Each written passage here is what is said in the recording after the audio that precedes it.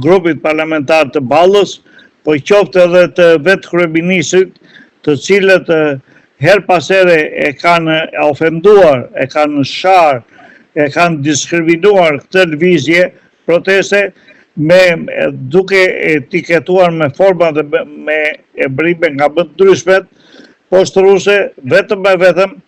që një pjesë, për të trembur një pjesë të populatës, por sot nuk po e trembin dot, dhe duke parë që nuk po e trembin dot nëpërmjet propagandës politike, ata duan të vënë në lëvizje në këtë moment forcat e policisë, duke i përdorur forcat e policisë ashtu që ka përdorur dhe klasat e tjera dhe politikat e tjera të këtij vendi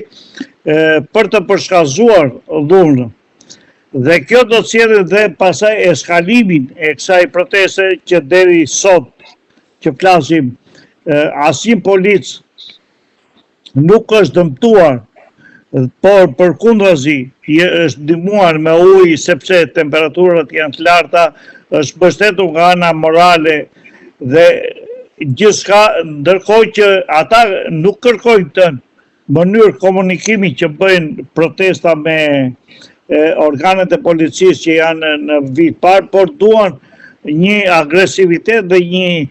konflikt. Dhe këtë konflikt realizojnë në forma ndryshme, siç ishte edhe rasti i dieshëm, ku në parlament u tregua mjaft qartë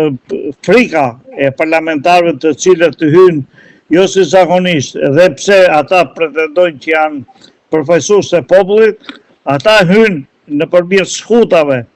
dhe vrimave që ka parlamenti,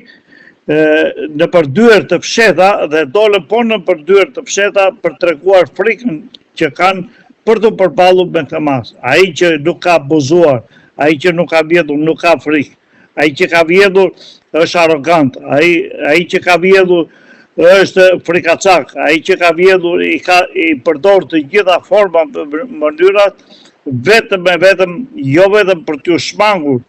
kësaj proteste ose përballjes me protestuesët, po dhe forma tjera.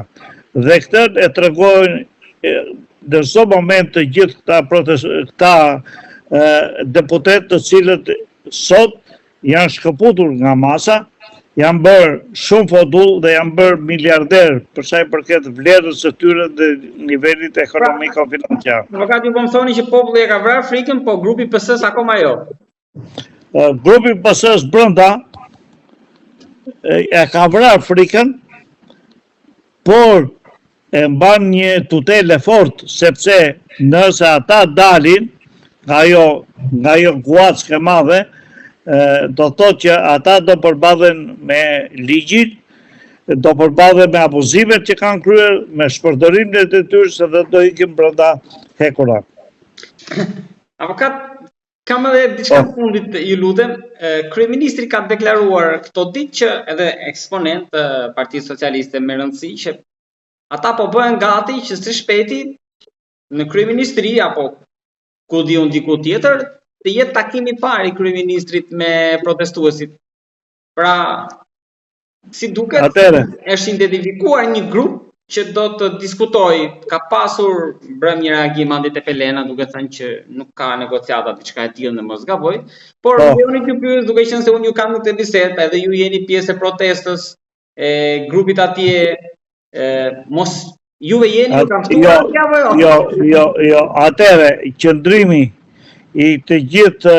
grupeve të caktuar të kësaj proteste është i prerë, i panegociueshëm me kryeministrin dhe asnjë takim nuk është pranuar me kryeministrin. Po me këtë do ta bëj atëherë ai, sepse ai thotë që do ta bëj një me protestuesit. Kush janë këta? Ai nuk bën dot me asnjë protestues që është në shesh. Nëse ai mund këtë do ta shikojmë avokat, se këtë se dim. Jo, duke parë frymën, unë jam atje për ditë dhe duke parë frymën, vendosmërinë, duke parë pakënaqësinë që kanë ndaj tij kryeministri, duke parë karakterin e këtij kryeministri që është shumë i pabesë dhe gënjen në çdo moment të tij, duke parë dhe prapaskenën që ka në mbrapa këtij takimi,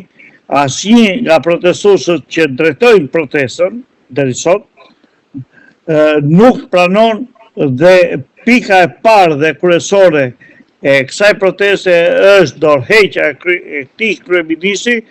dhe largimi i tij në mënyrë të panegociueshme me askënd. Pra asnjë nga grupet që sot po drejtojnë protestën nuk pranon të bisedojë me këtë kryeministër. Kështu që